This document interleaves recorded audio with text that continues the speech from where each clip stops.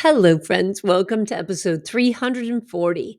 I am your host, Laura Lummer, and I'm really pissed off today. I'm just kidding. I'm not really pissed off. But what did you think when you heard that? Does it make you feel uncomfortable? Did you feel a sensation in your body that kind of withdrew and went like, ooh, yikes, why are you angry? Or did you feel like, what's up? Why are you angry? Right? Give me the scoop. Tell me the dirt. What's up? I want to talk about this today because of several situations that have happened over the last couple of weeks, but something I see often as a pattern in the coaching that I do. And also this whole idea was kind of brought back to mind by a book that I'm rereading called When the Body Says No by Gabor Mate. I'll link to that book in the show notes for this episode. But if you haven't read that book, it's an amazing book, really. And I'm a highlighter, a bookmarker, a dog-eared corner, stars, all that kind of stuff when I read a book. And there are some books that I just keep. There are some books I read and I donate to the library. And then there are some books that I read and reread and highlight more and more and go back to again and again to remind myself of ideas and of patterns. And the book, When the Body Says No, is definitely one of those. And what it got me to thinking about and what's happened, let me share some insights with you. So there are a couple discussions that I've had recently. One of them is with two women who are close to me in my life, both at different stages of their life. One in her early 30s and one more towards her mid 50s, both dealing with very similar issues.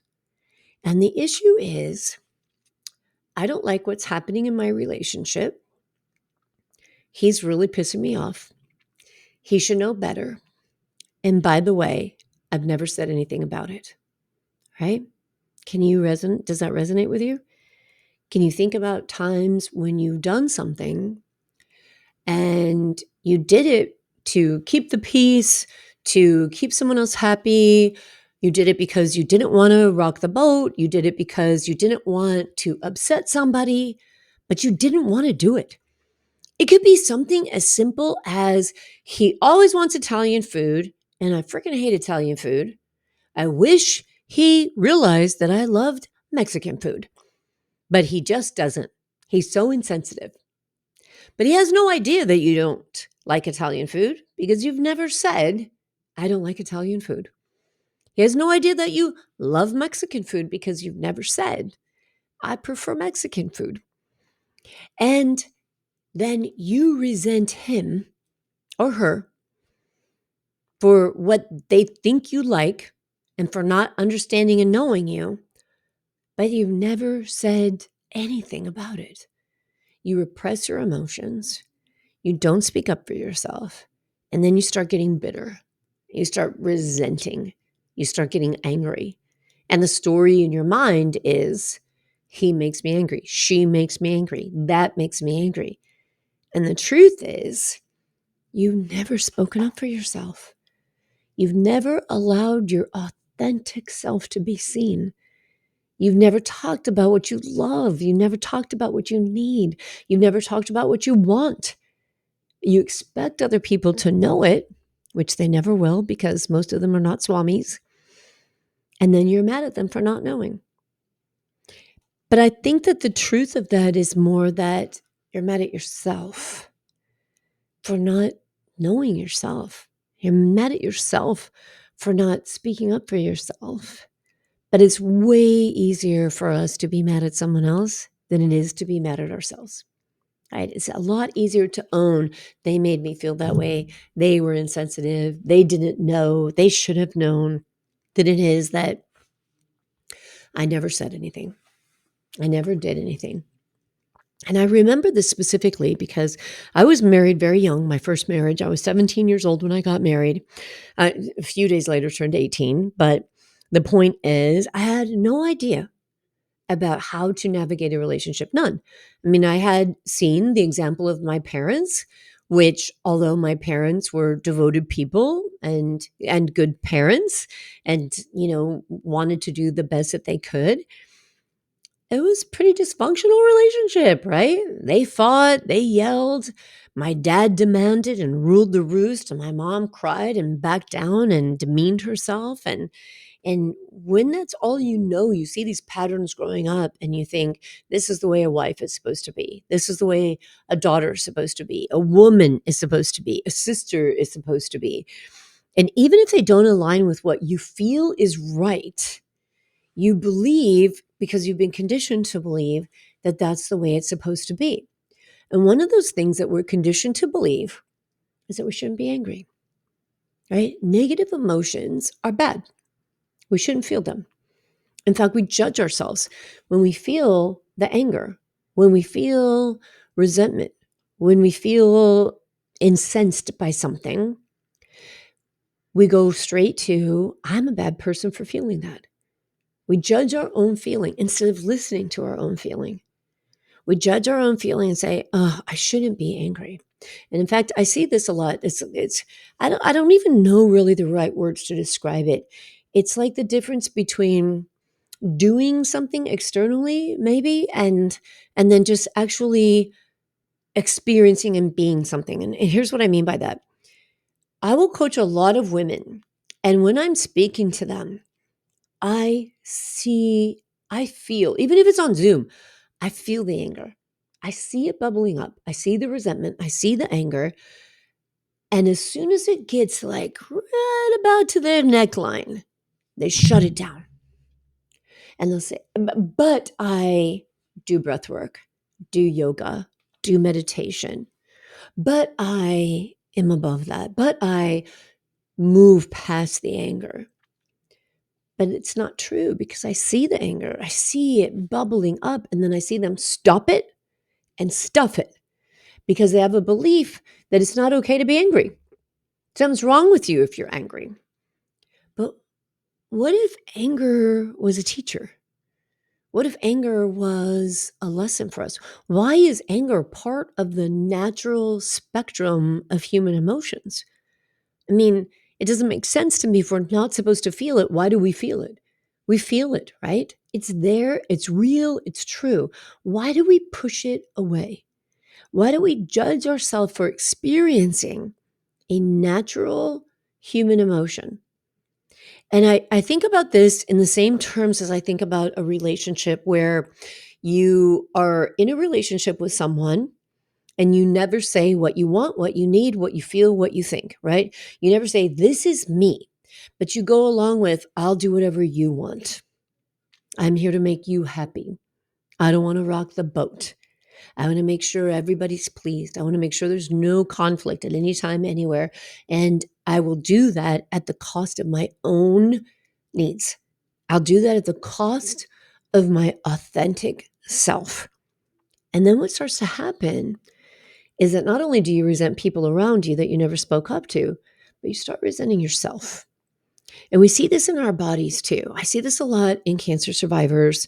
And whether or not you like that word survivor, people who are experiencing cancer, people who've been through a cancering process, they feel a lot like my body has betrayed me.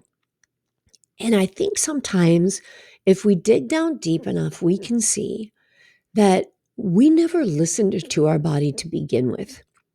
And I love that about this book, When the Body Says No, because basically it is saying, like, your body is showing you signs. Something's wrong. Something's off. I need attention. I need care. I need love. Something. And we won't listen to it. And I see this all the time. And I did this. I'm totally guilty of this, right? My body is tired and fatigued, but dang it, I've got a strength training class today. Push it. Work harder. And then I'm done. And there have literally been times in my life, as I say this, there was a time when I went to a gym that was just a couple of blocks from my house. And so I would walk to the gym.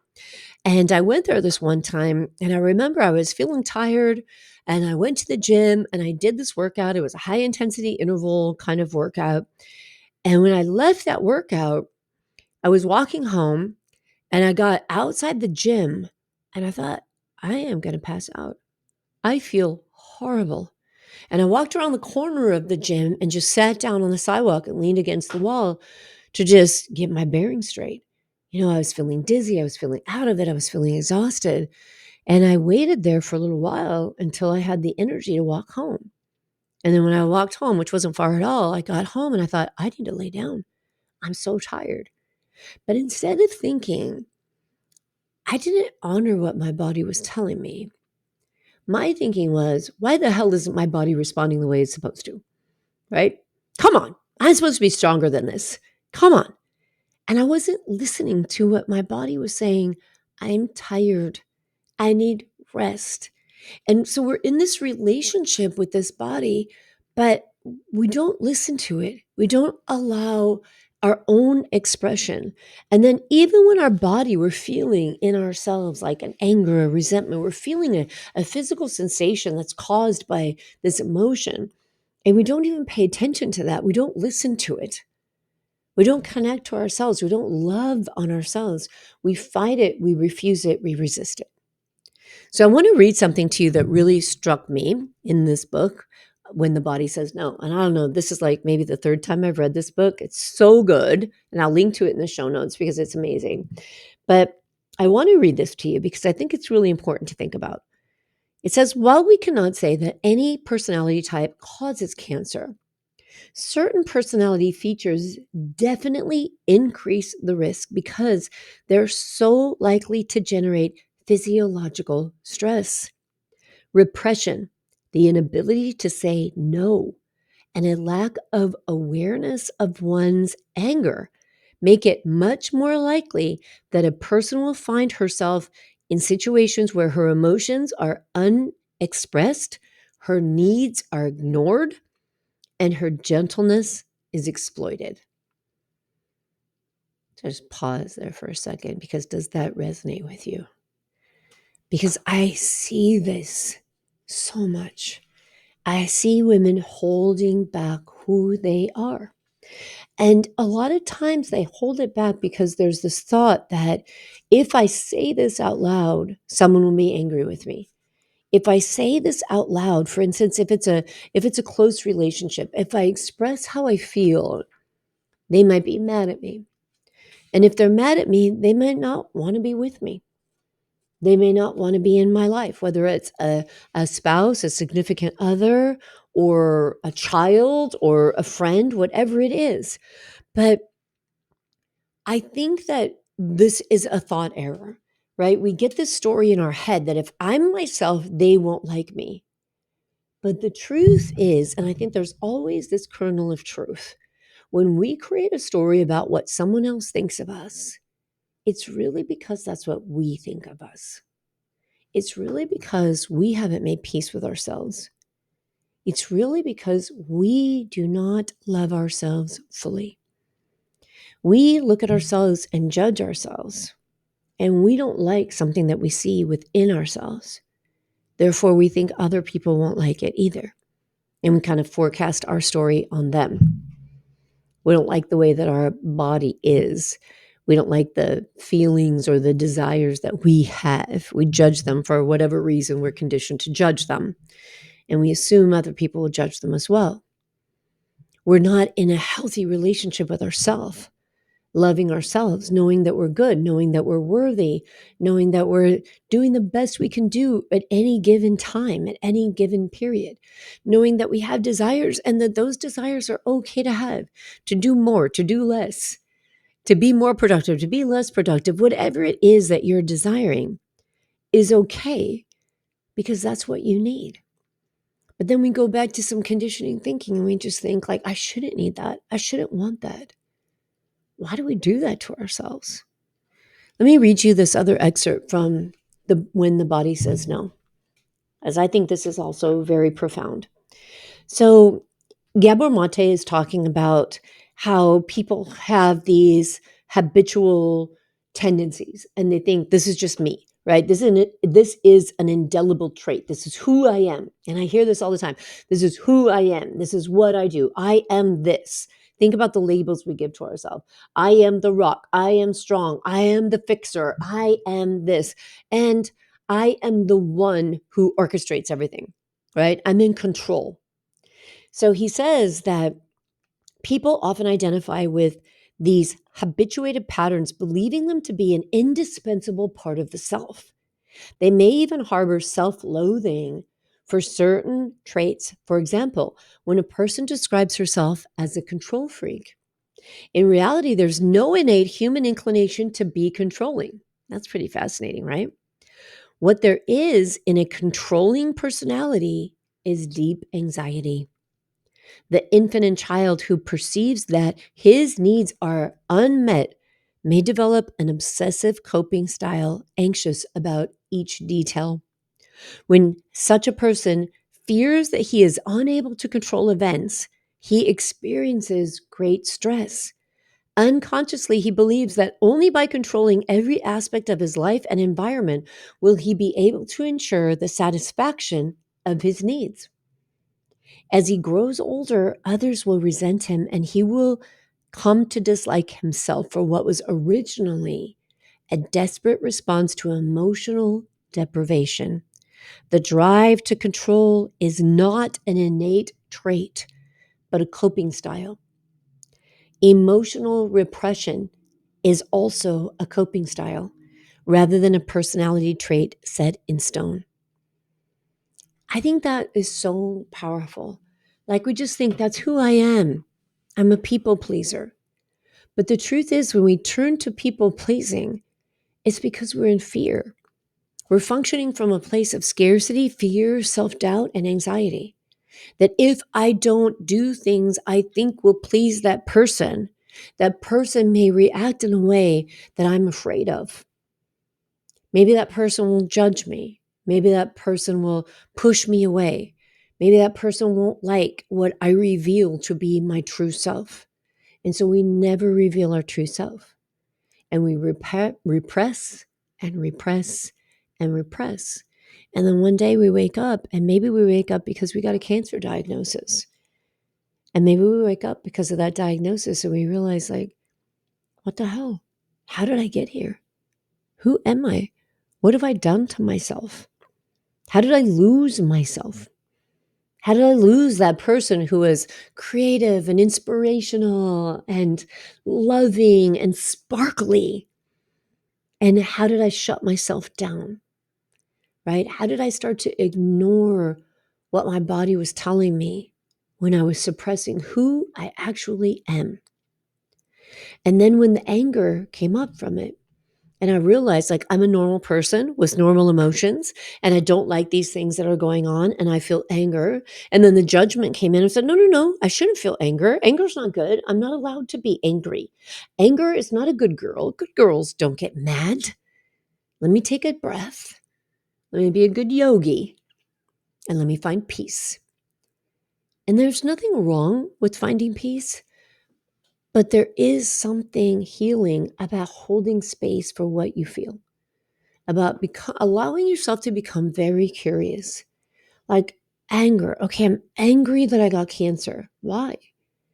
What does that mean to you? What are your thoughts about it? Like allow yourself to feel the anger, right? I'm angry at my spouse. I'm angry at my kids. Oh God, I shouldn't be angry with my kids. They're just kids. Oh God, I shouldn't be angry with my boss. I just need to be a better employee. I shouldn't be angry with my spouse. He's a good person. But I am angry, right? And there's something to be said for that. It's like, I am angry. What is there? And there's a very big difference about like being in anger and just being like an old curmudgeon, and biting off people's heads. That's very different than what I'm speaking of here. What I'm speaking of is allowing yourself to hold space for yourself, allowing yourself to hold space for the fact that I feel anger. I feel suppressed. I feel oppressed. What does that feel like? What is happening there? What are my thoughts? And what is my responsibility? Because it's really hard sometimes to step into your responsibility when it comes to your role in what you've created in your life. That's the hardest thing. Like as a coach for breast cancer, people going through a breast cancer process or healing from a breast cancer process or trying to live with breast cancer, I see this all the time. Like the responsibility piece, the ability to stand up and say, this is my role in my life. This is how I created the life I'm living. It's hard, right? It doesn't feel good. I can remember doing this work after my first marriage, years after, because I was pissed for a really long time after that one. But I remember when I finally came around to doing the work on myself and having to ask myself the question, what was my role? What did I do? What did I not do? And I was very conditioned. Again, I was married very young, and I was very conditioned as to what a good wife should be and what we should tolerate and what we should not speak out against and what we should allow our husbands. I was raised in this very traditional Roman Catholic family where the man was the king of the house, and that's what I was taught to believe was the right thing to do.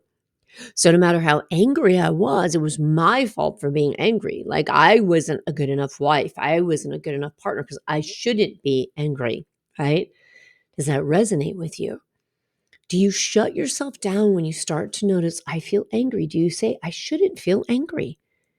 Instead of just allowing it to be, right? And again, there's a difference between holding space for anger and saying, wow, I'm angry. Let me explore this emotion. Let me see where this is coming from. Let me see what my thoughts are about the circumstances in my life that are creating this emotion of anger. And how is this emotion of anger affecting me? And what do I want to do about it? And what is my role here? What have I done to be show up for me, for my authentic self? And what have I not done? Right? I think it's so important for us to realize that anger is a natural emotion, part of the normal spectrum of human emotions. That anger can be a teacher. If we get too angry, and I've talked about this on the show before, that was one of my defense mechanisms, going straight to anger, because when we get angry, we put off anger vibes. And if you want someone to stay away from you, just put off anger vibes because that shit's going to work, right? If you show up angry, people are not going to get too close. They feel that energy coming off of you. You walk into a room, you know someone's angry, you're like, ooh, the energy in this room is really heavy. And then you see the person and you notice the look on their face, and you're like, I'll be back. I'm just going to go get a coffee right now, right? So when we are in anger, what is that saying? What kind of a teacher is that for you? What can you learn from that about yourself and your role and about what you think other people are doing, where you're giving away your emotional power, where you have an idea that somebody should behave a certain way and they're not, and so you attach your emotion to it? Right? So there can be a point where anger is a defense mechanism and it's over the top, and we want to explore it and say, why do I go there? Am I afraid of being vulnerable? Am I afraid of allowing my heart to show? And if so, why? And that's why I go to anger as a defense mechanism. And then there's the opposite side of, I don't allow myself to be angry. All right. I think I should be a peaceful yogi. And if I'm an elevated soul, if I'm an enlightened being, I don't experience anger. And I think we have to question that too. Like, really? Are there not things in the world we're angry about? And sometimes do we want to be angry? Because I know sometimes I do. Sometimes I see injustice. I'm like, I want to be angry about this because that anger fuels the action that I want to take in this situation. Right? So anger is not always a bad thing. And when we think it's a bad thing and we tell ourselves it's a bad thing and we tell ourselves we're a bad people for feeling it, we miss an opportunity to learn about ourselves. We miss an opportunity to see what we're doing and where we are being our authentic selves versus where we're just aligning ourselves with conditioned beliefs. We're suppressing our emotions.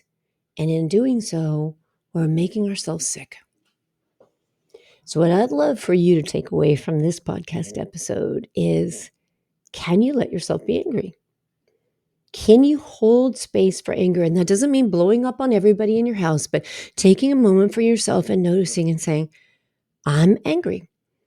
Can you be there and be comfortable with your anger and explore it and get to know it? Or do you find yourself jumping immediately to something else? As soon as it starts to bubble up, do you see yourself go, nope, nope, nope, nope, nope. Let me take a deep breath. Let me count to 10. Let me move on. Anger is bad. And are you missing a lesson there? Are you missing a lesson of maybe you're suppressing and repressing your emotions and your need to be heard? And as a result of that, anger is building up and it's knocking at the door, and your body's saying to you, do you feel this? Do you feel this? This is saying something. Will you please listen? And if you listen, maybe you learn, and maybe you can find the courage in that learning to find your voice and express yourself, because you deserve to be heard. You deserve to feel the way you want to feel. And you deserve to speak up for yourself and be cared for and treated in the way you want to be cared for and treated. So I want you to take up more space, hold more space for yourself, take up more space in your life. Fill the space, fill it up. Fill it up with you and your energy and all the things that come with your energy. Because this is how we heal, by allowing ourselves to be the authentic version of ourselves. And sometimes that means we need to express what's considered a negative emotion. And we need to explore it, and we need to allow it, right? Allow everything. Allow yourself to be free to be you, and allow yourself to be in the discomfort that that can bring. All right, friends. If you need help with that, you want support with that, you want to learn more about that, you can find me at the breastcancerrecoverycoach.com. You can join my life coaching membership, Better Than Before Breast Cancer, where we delve into all things, every area of life you could possibly imagine, and access to coaching and individual coaching and lessons and community and all kinds of knowledge base that's found inside that membership that can serve you and help you to learn how to love yourself for everything that comes with you. All right. I will talk to you very soon. And until then, be good to yourself and just be yourself. I'll talk to you soon.